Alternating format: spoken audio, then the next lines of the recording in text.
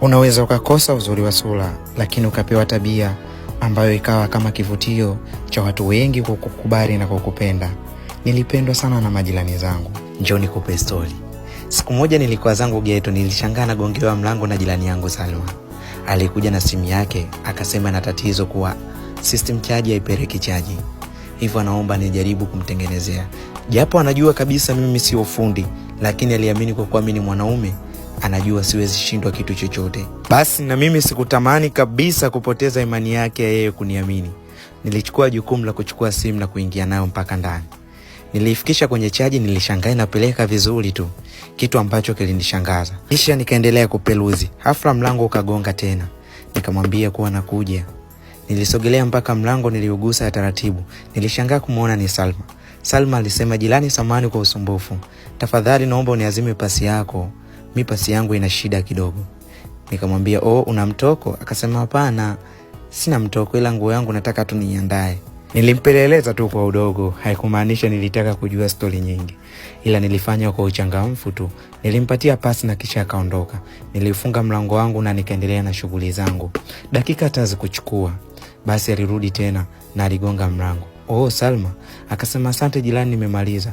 Nikamwambia, "Shukrani." Nilivyoipokea tu pasi, nilitaka kugeuka na kuelekea na shughuli zangu. Nilishangaa kiniita, akasema, "Oh jirani, samahani. Hivi umelipia kifurushi?"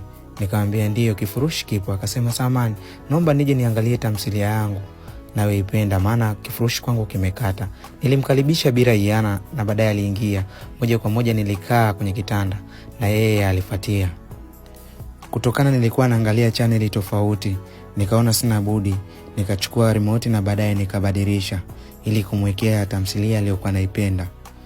Huku tukiwa kimya kabisa, hakuna mtu alomsemesha mwenzake, ila kutokana mimi ni mtu wa uchangamfu na mtu ambaye napenda sana ucheshi, niliona ni bora kuvunja ukimya ule.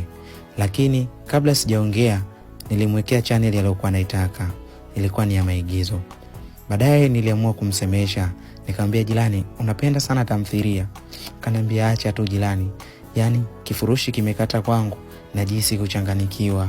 Mwenzako nisipoiona hii tamthilia nahisi kabisa kichwa kinaniuma." Nikamwambia, "Oh, pole sana jirani. Ila ndo sasa umeshafika na unaitazama. Basi endelea kuenjoy." Akasema, "Acha tu jirani yangu. Niache mimi nienjoy." Nikamwambia, "Okay, japokuwa sio vitu vyangu sana, ila nitakupa support kwa sababu wewe jirani yangu wa ushindi." Akasema, "Sawa jirani." Basi baadaye nilinyuti kidogo. Zisha story. Akanambia, "Jirani, ni mwaka sasa na kuona uko hapa. Sijawahi kukuona hata ukimleta mdada yoyote humu ndani. Vipi? Upendelee hivyo vitu?" Hakuishia hapo, akasema, "Hujaona hata jirani yoyote anayekufaa?" Nilicheka kidogo na nikamwambia, "Hapana, majirani mbona wote ni wazuri.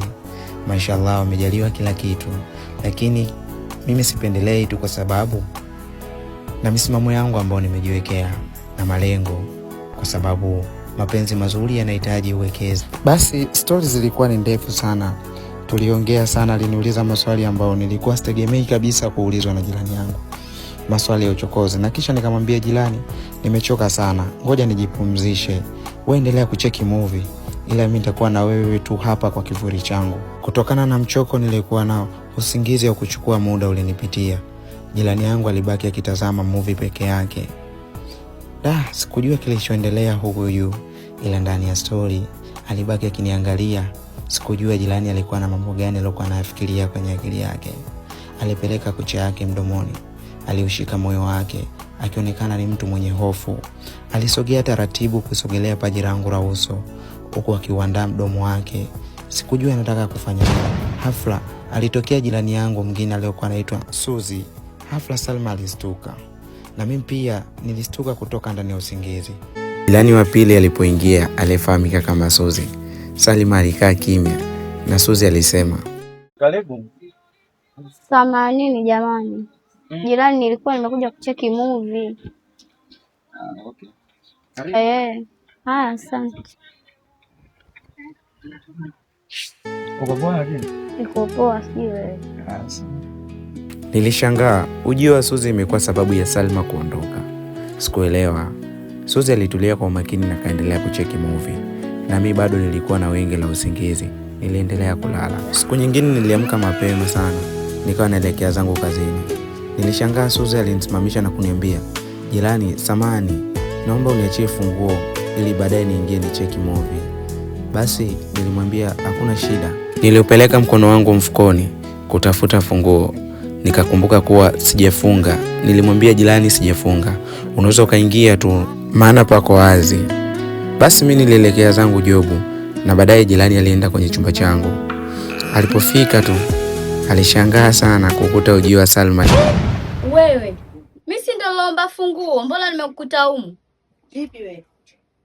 Bibi wewe. Njoo taratibu, si unanielewa? Ndo nishaingia sasa, ndo ufanyeje? Ndo nishakana, ndo nishaingia. Pisha kwanza, mimi nataka niangalie zangu movie. Hivyo naomba usinichanganye, si unanielewa? Sasa nikuchanganye nini we dada? Naomba utoke. Mimi sitoki. Nitoke wewe ndo lomba funguo? Sasa ndo nishaingia. Na mimi ndo nishakwambia sitoki. Naomba utoke nje. Sio nikufurahishe, ndo nishakwambia naomba utoke nje. Na kama unaweza nichukue remote badilisha. Sasa njua mimi ndo nani. Sasa utanifanya nini nikibadilisha? Hebu nipishe kwanza. Sogea. Afu nisikize, umesikia? Sasa nikusikilize nini? Yaani hapa nanyanyuka, sio kama nakuogopa, nanyanyuka kwa sababu sitaki mwenyewe aje hapa tunagombana. Wewe vipi wewe? Fahali wawili hawawezi kuishi zizi moja. Basi walipigana kelele. Baada ya muda kupita, Salma aliondoka na Suzi alibaki akipika. Muda huo ndo ulikuwa muda wangu pendwa wa kurudi kutoka kazini. Nilifika na kufungua mlango. Nilishangaa. Asante. Wanapika pika. Umejuaje kama nina njaa? Nilijiuliza amewezaje kupika ndani kwangu bila hata kumpa taarifa. Okay. Shida nilikuwa mpole sana. Sikuweza kumjibiza wala kumuuliza. Na yeye aliendelea kunichangamkia. Majirani wananijali sana. Wananikubali. Please ni follow ili uendelee kupata mwendelezo wa simulizi hii.